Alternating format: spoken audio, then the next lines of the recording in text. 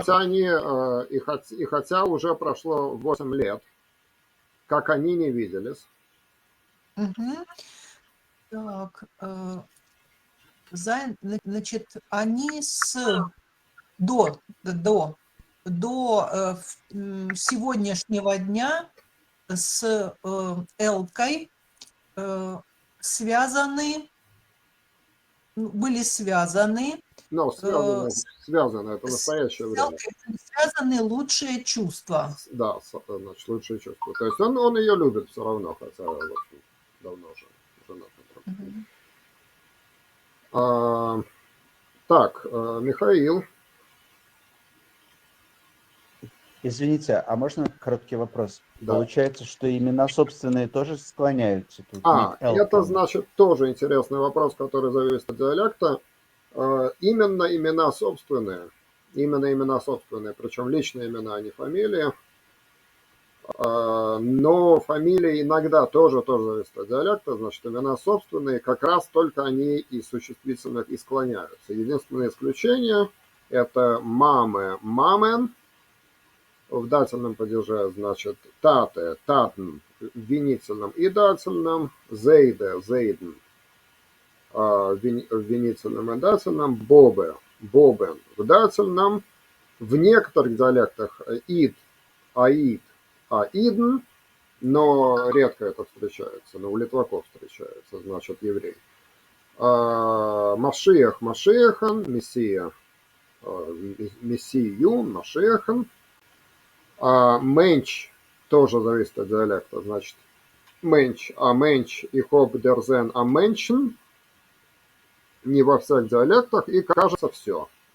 Значит, вот буквально только считанные существительные, помимо имен нарицательных, склоняются. Причем имена нарицательные тоже опционально. Можно не склоняться. Зависит от диалекта, но, в общем, это склонение опциональное. Ну да. Вот только имена нарицательные, плюс еще пара слов и склоняются.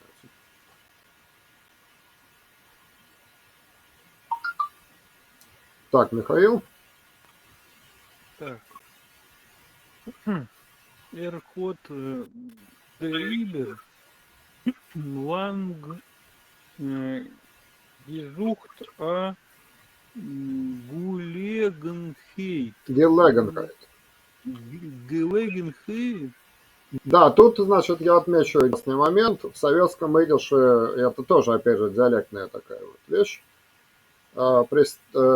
Суффиксы кайт и хайт писались через ай, а в стандарте иво хейт и кейт. Встречается на практике и то, и другое в диалектах. В украинском идише, в общем, там есть какая-то изоглоса где как, но в советском идише писалось через кайт, что, кстати, влияет на стихи, на рифму. То есть, если вы видите неточную рифму, и вам кажется, что вот же написано кейт, а потом там, допустим, какое-то слово там на eight, гейт, допустим, да, гейт, зейт, брейд, не факт, что эта рифма не точная, может быть, в диалекте автора она и точная. Но неважно. Так, значит, Гелагенхайт, в данном случае так написано. А Гелагенхайт. Так. Ароб Цухапен Зих Кейн Гуляй поле. Угу. Погуляй поле. Так, что тут? Нор из Грот Гивен Ди Хейсе Сайт. Фун Фелд Арбетен. Фелдарбетен. Это работа на поле. Полевые работы, да. Да, ход зих нит геконт фаргенен. Фаргинен. Фаргинен и ибервозен ди бригады. Угу. Афиле Афиле. аф эйн цветок. Ну, ломер и берзацу. О, это не очень понятно. Поэтому. Дерибер это поэтому. Он поэтому. Долго надеялся, что ли? Нет, давно искал. А, давно искал. А Гелагенхайт это оказию, возможность, повод Гелагенхайт, оказию. А роб zu хаппензах это интересное такое слово, то есть хаппен это хватать, да, ловить, а значит, райн хаппензах, роб хаппензах это глагол движения, то есть как бы заскочить в гуляй поле. А роб zu хаппензах, то есть соскочить в гуляй поле. Такое вот коллоквиальное выражение. То есть Ну, он давно искал возможность заскочить в гуляй-поле. ну, что-то дальше что-то стояла жаркая пора полевых работ. Да, но тогда вот грот это прямо, но вот прям тогда была жаркая пора полевых работ, и он не мог себе позволить. Он и розах, Даже потерять один рабочий день. Да, и он не мог позволить себе оставить бригаду даже на один день. Так, давайте немножко вниз смотаем. Вот, но Леонид может читать.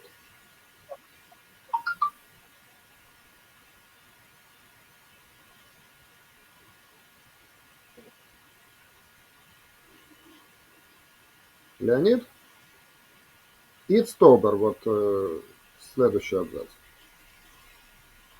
Извините, у меня был микрофон выключен. Секунду.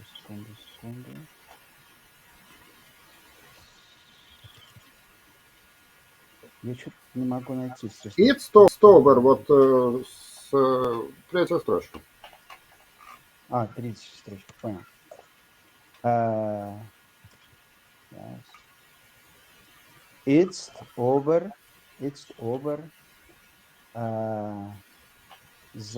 Zayendik after Baratum, after Baratum, hat bestimmt sich sehen mit ihr. Я сейчас сразу пробую перевести, чтобы не было слишком длинно. То есть есть over. А есть over это прямо сейчас? Или что такое есть over? It's over. Теперь. It's over. Теперь over? Однако сейчас. Over это однако, конечно. Ицтобер, Однако сейчас. Будучи, заиндик. Будучи, да? Будучи на на совещании, он решил увидеться с ней. Он решил увидеться с ней. Bei ihm hat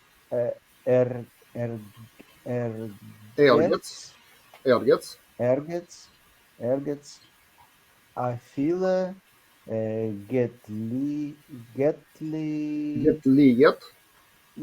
getliet a open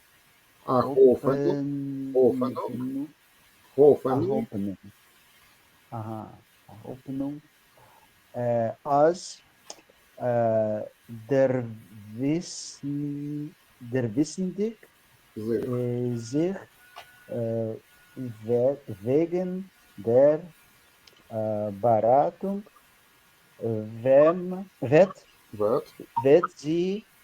sie allein kommen. Aher. Allein kommen. Okay. Bei ihm hat а что такое эргец? Где-то. Эргес, Скажите еще раз. где-то. Эргес, понял. Афиле... У него где-то даже, значит, это фонетически записанное слово, которое, если бы это было Ива, было бы у нас буква Вов, да, но в советском языке пишется фонетически, а фила, слово из древнееврейского, кстати сказать, на самом деле из арамейского, потому что это язык Мишны, в Танахе такого нету слова, оно арамейского происхождения, даже.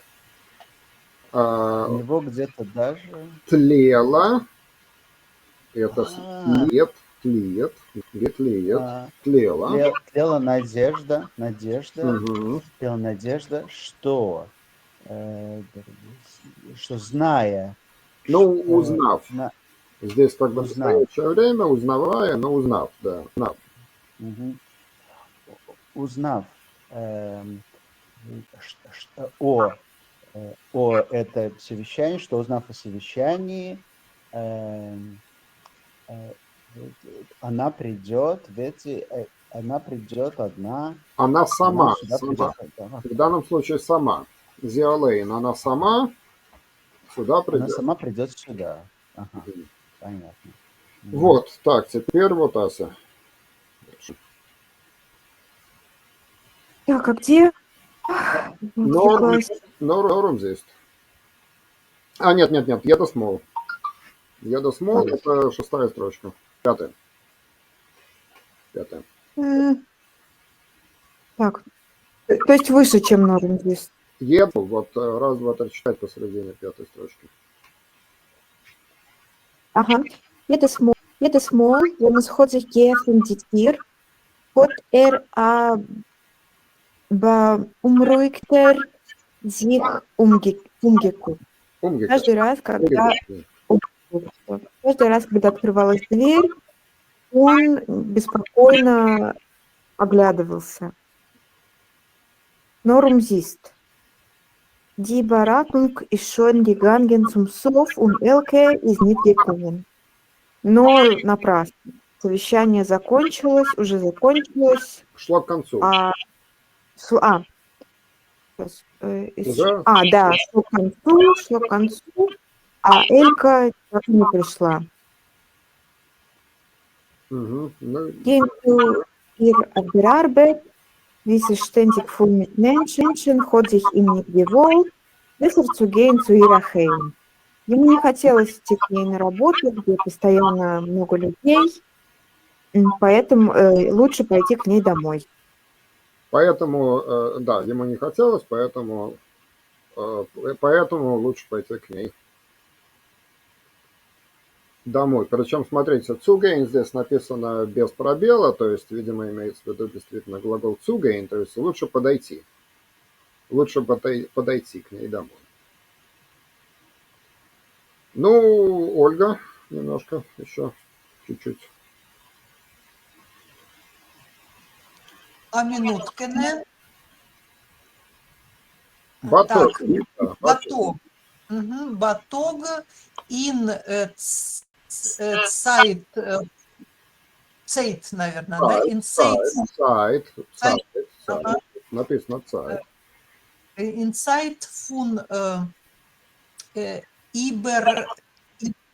Ibereis, наверное. Von Ibereis. Из Schäftel nicht gegangen, наверное. Gegangen. Mit die Brigaden. Brigadieren. Brigadieren.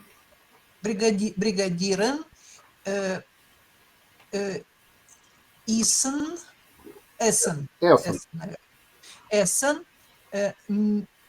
Так, Митик in der Районер. Прекрасное слово. Прекрасно. Идол. Это едальня. Едальня. Это украинская. Да, в районной едальне. Ну, конечно, речь идет о... Это столовая по-украински. Едальня. Так. Ага. Нор Hot. Avec geeilt. Авегеайлд. Gealt. Ну, тут я Э. подскажу, значит, in рай ойсфирком. Кто догадается, что это значит? Ольга. Рай Райисполком. ойсфирком. Ну, конечно, да, райисполком. In рай орт. Рай ойсфирком. От слова исполнять. Ойсфера. Фун дорт zich Der Woest elkem, Elkes. ой, да, elkes Адрес. адрес, ой, фух. Так, в тот день или днем, да? Днем. Значит, днем во время Перерыва. перерыва Шеффл, Шефтон. это имя, да, вот этого Мгм. героя. Шеффл не пошел с бригадирами и кушать. Обед. Митик – это обед. Есть два синонима слова обед. Вармес и митик. Значит, митик и вармес. Это и другой, значит, обед. Митик это... Митак, получается, как в немецком митакессен, да, обед только укороченный. Середина дня. Митик, да. Это значит митик. Можно сказать митиком. Есть глагол митика на обед. Так, не пошел обедать в районную едальню, в смысле в столовую. Мгм. Только он... Но, нет, но, в данном случае но. Но он, так, сейчас перфект посмотрим. Оверк. Нет, на веге айл, то значит, выйдешь и всегда, как я уже говорю, претерита нету, в принципе. Значит, Он опоздал, да, или замешкался? перфект, он не обязательно перфект, то есть любой глагол в прошедшем времени, он всегда в такой форме. Но, нор, эрота веге айл, но он поспешил. Наоборот, так, он поспешил. С приставкой веге айл, то есть поспешил вот куда-то там. Поспешил в райисполком, и там узнал Элкин адрес. Элкин адрес. Вот, ну и последнюю фразу вот Асена.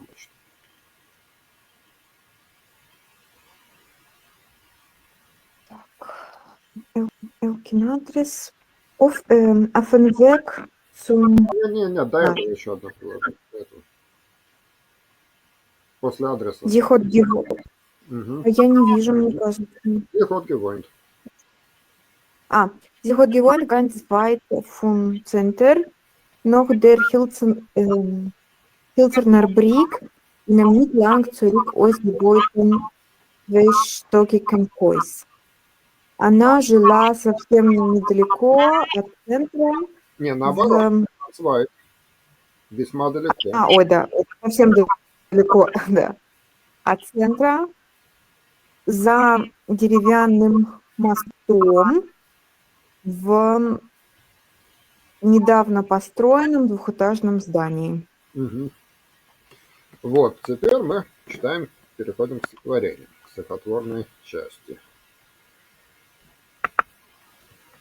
Значит, в этот раз мы почитаем стихотворение Арона Кушнирова или Арн, потому что на идише, вообще говоря, ударение на первый слог, и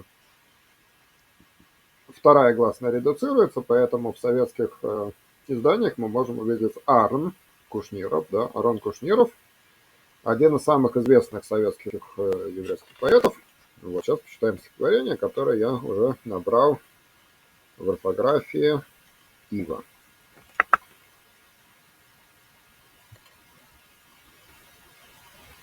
Все видно хорошо? Да. Ну, давайте по очереди, каждый по Катрену. Михаил, первый Катрен. Первые 4 стиши. Так, ну, наверное, с названия надо, Да, да? с названием. Auf, auf die Spuren von mein Югент. Юган. Это Югент. следы. Югент Так, это, что-то следы. Югент это по следам. А, по следам моей юности, что ли, что-то такое. Юности, да, по следам моей юности. Мгм. А, понятно. Так, сейчас открываю. Так, Ци. Это Ци. ци. Ци. Да, ци гевен из дос ин. Это Холем. Холем. холем. Холем. Халойнес. Вы Холем. знаете, наверное, слово халойнес, да? Пусто халойнес, писто халойнес. Ци дизен ход Хоп. Хоп. Хоп. хоп дизен хоп дос ин вор Вор. ин берг Йене. ун берг ун эйне Но не эйне, йене. Йене. йене товн их форгесен Их нит фаргес нит. Их нит фаргес нит. вифолмо. Что это такое? Это было ли это во сне? Значит, ци это примерно как это или иль Было. по-русски. Украинский. То есть было ли это во сне, инхолем, было ли это инвор, наяву, видел ли я это наяву, инвор, вор это явь. Дальше Йенеберг, те горы. Горы. Йене Толан, что такое Толан? И те долины, И наверное. те долины. Я не забуду никогда. Наверное, это вот Ну так да, и ну в общем-то такое интересное поэтическое выражение. Их фаргес, нит, вифл, мол. То есть сколько раз я не забуду, они постоянно у есть. него как бы в памяти мелькают. Ася, Wie viel Wegen durch die Foren, wie viel Stegen durch die Wand, ach, wie mir ist lieb geworden, je mehr weiter will der Plan. Сколько я путей съездил, сколько тропинок прокопал, прошел. прошел, да, прошагал. Ах, как мне дал люб этот дальний, Как мне дикий, полюбился. полюбился, да, этот его дальний. Это дальний дикий край. А дальше Ольга.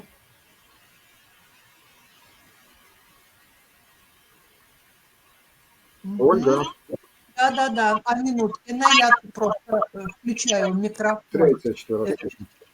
Ага. Види майхен, Тайхон. види тайхен, дортен швимmen, види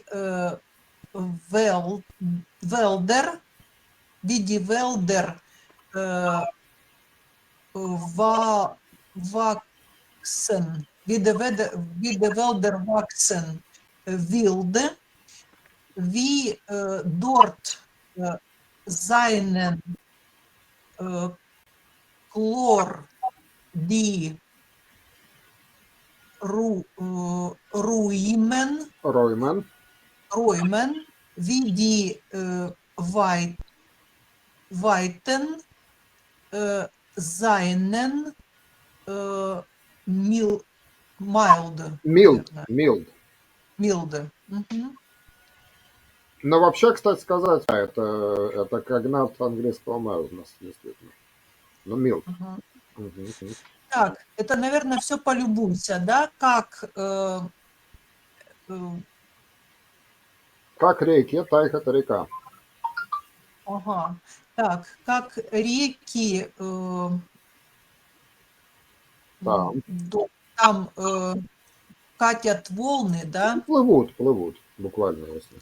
как текут там реки, Да. как леса растут Дикие.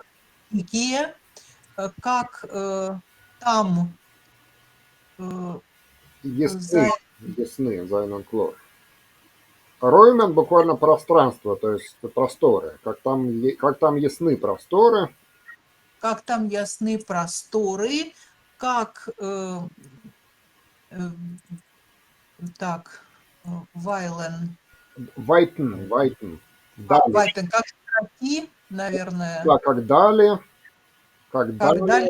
Как дали мягкие, но буквально вот милт, то есть вот как дали как-то выглядят мягко, приятные, мягкие. Мгм. Так, теперь Леонид. Die Vernachten, die Vertogen bei dem,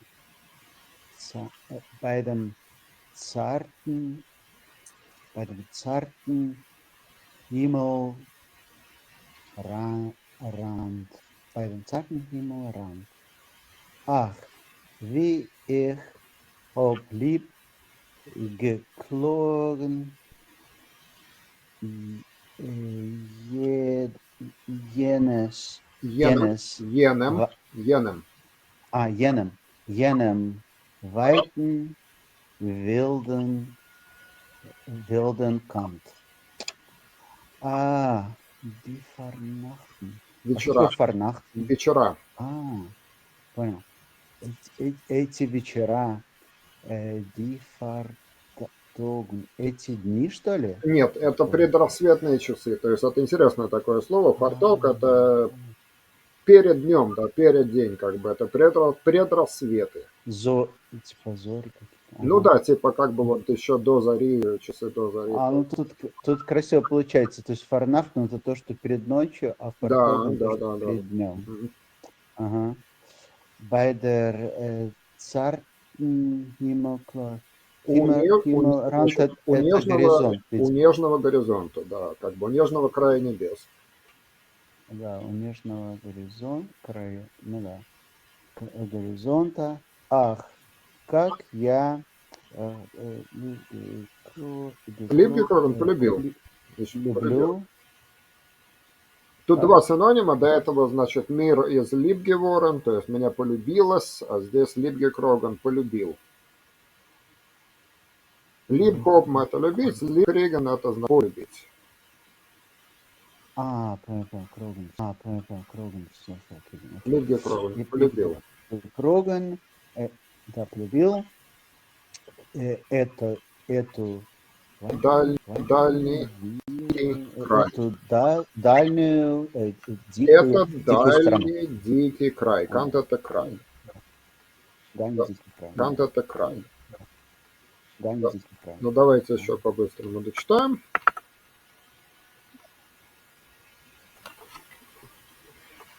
Так, ну вот Ася.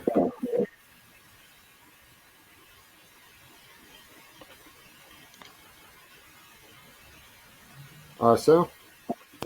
Тогда тек Нет, mit. nicht mit Zeichens, mit Verhackte, hab ich obgemerkt mein Gang. Nur mein Jugend, mein Gewagte, hat zerschotten dort ihr Klang. Не рубленными знаками, Зарубками. зарубками, да. Я пометил свой путь, а молодостью, своей молодостью Гевакте. Моей смелой, отважной. Ага. Моей отважной юностью заглушил Нет, ее. это значит рассыпала там моя молодость, там рассыпала ее звук, ее голос, ее иркланг. Ее Ага. Звучание, да. звучание. Ольга, быстро, может быть. Мгм. Так, ага. Так, тог, мит, Тег. Tag mit Wassern verschwommen. Мгм. Nicht, Necht, Necht, nicht mit Scheiters. Scheiters, наверное. Scheiters, Scheuters. Scheiters, Scheiters. Scheiters auf Ob, geflumt. Obgeflammt, Obgeflammt, Aufgeflammt. Obgeflammt, Aufgeflammt. Obgeflammt. Aufgeflammt. Так, их А, wie, ах, междометие. ach, wie ich hab lieb Bakumen, jenem Вай, weiten wilden Land. Кант, край, Ой, край. Кант. Ага. Фух. Так. Тег это день, Дни, значит, множественное. дни заплыли водами, то есть дни утекли. Так, Дни дни, водами, mit Wasserem, дни утекли водами. Ничего. нет, с- нехт, это ночи, ночи. Ночи с Отпылали кострами. Mit с кострами, обгефламт, отпылали. Флам, Мгм, это пламя, обгефламт, отпылали. мгм. Так, как я любил Бакумен приходить. Нет, либакумен это еще один синоним, как я полюбил. Бакумен. Мгм. Как я полюбил эти Ну, тот дикий, тот далекий дикий край. Мгм. Это прям рефрен звучит, да? А это вот не то, как бы, да, это не точный, нет, точный рефрен, да, он повторяется, но в каждом втором, кажется, Катряне. Мгм. Вот, ну, если есть желание. У меня отключилась, как я понял, у меня запись началась только когда мы начали читать вот это вот про средневековую книжку, или почти средневековую 1599 года, не записалась, но, в общем, вы услышали про нее.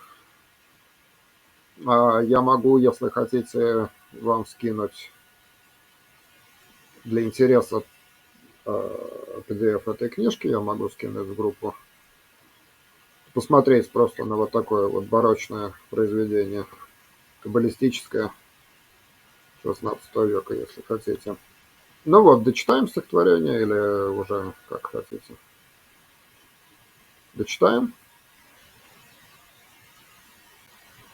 Ну, давайте дочитаем. It's mir treuisch von flinke Zugang, prüf sich Jogan noch mein Freit. Auf der Spuren von mein Jugend, was ob demol dort zu seht. А кто переведет? Вот Ася переведет. Или Михаил. Михаил. Я уже прочитал. Да. It's mir treuisch von flinke Zugang. Это быстрее чего-то? Нет, теперь, значит, теперь с шумом, а флинке это, как это по-русски перевести, то есть таких ровно, как бы ровно несущихся поездов, цуган. Цуган. Я пытаюсь нагнать, прувзах йоган, я пытаюсь гнаться за моей радостью, noch mein Freit, auf der Spuren von mein Jugend, по следам моей молодости, was hab demol dort zu sehen, которые я тогда там рассеял. Mehrer Umwegen wie Wegen seinen dorten mir bekannt. Ach, wie mich wird ständig Regen jener weiter will bekannt. Значит, больше было больше было умвеган, то есть это бездорожий, чем дорог, были мне там знакомые. Ах, как меня всегда будет волновать, реган это волновать, в данном случае не дождь, а амоним, значит, глагол волновать. Ах, как меня будет всегда волновать тот далекий, дикий край. Сейчас еще немножко перелистаем, дочитаем последнюю строчку.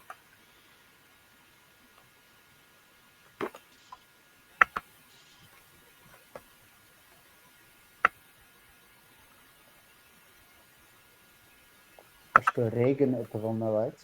Ну, вообще, чаще всего встречается форма фреган, и точнее сказать, причастие убгерект. Это часто встречается, убгерект это волновать. А реган это волновать, да. Ауфреген немецкий. Да, Ауфреген немецкий. Угу. Да, ну вот, да. А причастие убгерект, оно достаточно часто встречается, разговоры. Или кого-то взволновать, уфреген. Из рекмехуф, то есть меня волнует. Вифл Йорен, Вифл Майлен, und mein Drang, keines Groß, wie der Tritt meine nicht eilen, nur das Herz verläuft voraus. Значит, сколько лет, сколько миль, и мое, значит, как бы дранг, это стремление туда велико, шаги мои, как мои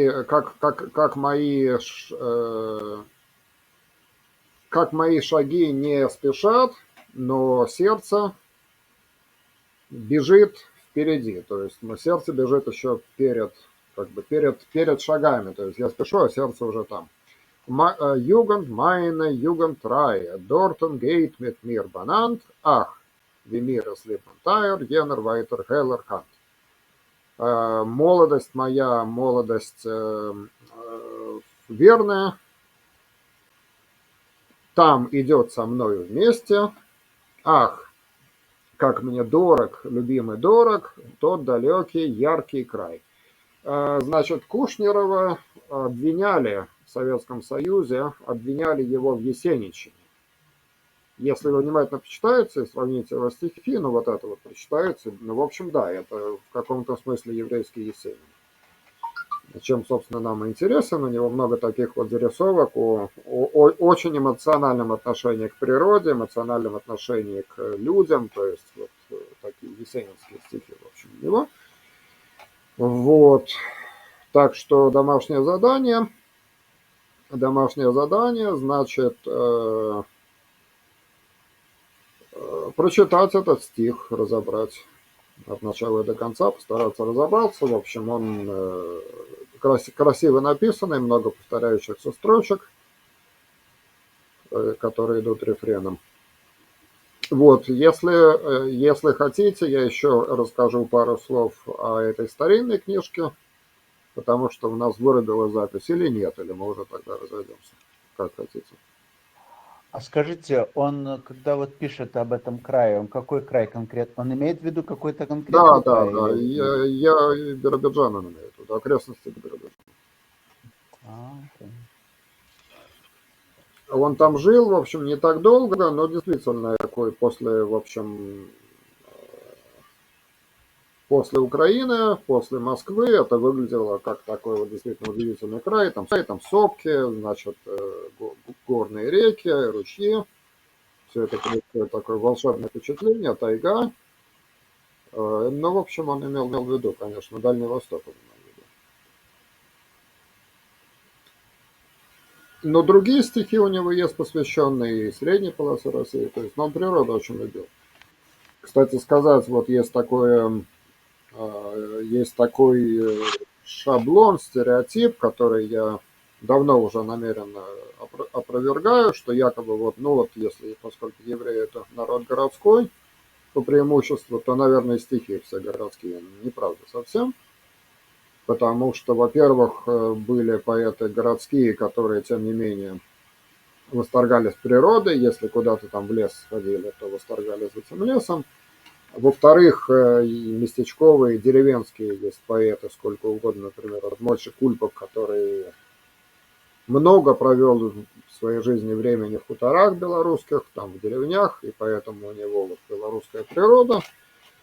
Есть просто таежные стихи тех же дальневосточных поэтов, есть стихи поэтов, которые просто много времени проводили где-то в лесах, так что все у нас нормально, в общем, со стихами о природе, хотя терминология, скажем, название растений, название животных, вот с этим иногда есть путаница, потому что она абсолютно не настолько развита, как там, допустим, в русском языке. И поэтому поэты, если хотели там чего-то описать вот природу, брали либо просто славянское слово, известное из славянских окружающих языков, либо немецкое. То есть, в общем, хотя в Советском Союзе разрабатывали последовательно терминологию, названия животных, там грибов, птиц, минералов, в общем, всего, что нас окружает. И довольно часто свои там, в общем, слова, которые мне, например, интересно, откуда они взялись, потому что, скажем, лисичка в советском идише бехеру, что, в общем, понятно, это бокальчик. Бокальчик, значит, тем не менее, мне люди рассказывали, что как на идише говорили, значит, это или идише швемлах, еврейские грибочки, потому что евреи собирали лисички традиционно, именно лисички, потому что в них червей не бывает, и как бы они всегда кошерные. Либо говорили лисички. То есть вот Бехерлах, я не знаю до сих пор, это с какого-то живого диалекта или в Советском Союзе придумали, что это бокальчики. Ну, слово хорошее, симпатичное. Вот, так что с природой, в общем, все много. Я читал не раз лекции на эту тему, и у меня была в альманахе Биробиджана антология стихов в моем переводе 12 поэтов, посвященных тайге, преимущественно дальневосточной, но в одном случае Уралу, еще в одном случае, нет, по-моему, только в одном случае Уралу, то есть, ну, в общем, вот есть такие вещи. Поэтесса Рохал Корен, которая эвакуацию провела в Уфе, ей довелось, в общем, там по Уралу бродить, по каким-то, в общем, глухим лесам. Вот она, хотя не любила Урал, она потом написала, как там ей было страшно и холодно, сама она была из Польши, но писала восторженные стихи об этой природе, которая, правда, ей казалась очень экзотической, дикой и страшной. Вот, о холодной уральской тайге. Как-нибудь можно будет, кстати, тоже ее почитать. Вот еще вопрос каким-нибудь, пожеланием. Нет, Ольга, может быть, спасибо. что-то скажет. Интересное стихотворение очень. Надо над ним подумать. Красивое. Да, оно красивое, значит, у перевод есть у меня русский перевод, если кто-то хочет в него не заглядывать, попытаться самому перевести, ну, дерзайте, как говорится. Вот, оно очень красивое, и я считаю, что оно какое-то есенинское, действительно. Да. Энтузиастическое очень. Да, да, да, то есть вот такое вот воспоминание молодости. Но если вы посмотрите его биографию, он действительно очень с восторгом туда отправился, на Дальний Восток. Был там не очень долго, но остались впечатления очень яркие об этих вот, о природе. Ну ладно. Спасибо. Хорошо. В общем, сегодня у нас отличное, я считаю, тоже прошлое занятие, так что давайте до следующей встречи. Рад был с вами позаниматься. Вот, спасибо за участие. А Гройсен Данквель, Бестрефу. Ранкумен. Значит, завтра у нас тут в Питере... самое это главное, значит, кто не знал, еще у нас вышла книга. Я попытаюсь ее вам показать, включив таки камеру. Значит, Леонид и Михаил может быть, не знают, у нас вышла книга, значит, наконец-то сборник современной поэзии на идише с русским переводом. Вышла вот буквально на днях, я авторские получил совсем недавно. Если все-таки камера сейчас включится, я вам ее покажу. Так. Может, вам нужно перестать делиться экраном и тогда включится. Мгм. Давайте. Да. Так, не хочет она подключаться, но я обложку этой книги вам тогда просто скину в группу. В общем, вышло у нас буквально на днях. Вышло на днях у нас, значит, вот вышел сборник современной поэзии. Я там, значит, составитель, редактор. Один из авторов, один из переводчиков. Где-то от четверти от пятой части до четверти стихов там мои переводы. Ольга тоже очень много там перевела. По-моему, как раз вот она рекордсмен по количеству переводов в этом сборнике. Так что вот, шикарно оформлен. Где его можно будет приобрести, пока еще неизвестно. Это зависит от издательства и от издателя, потому что это издательство «Книжники» московское выпустило под эгидой частного издателя Бориса Зайчика. С логистикой пока там они еще не решили, потому что только-только вот книжка вышла, типография. Вот, но в общем это очень важно, я считаю. Такое вот у нас было достижение. Так что я вам на обложку тогда, поскольку упорно камера не работает, я вам скину обложку и фото в группу. Вот, ну хорошо. Так что давайте тогда до следующей встречи. Мгм. Спасибо. Горизонт.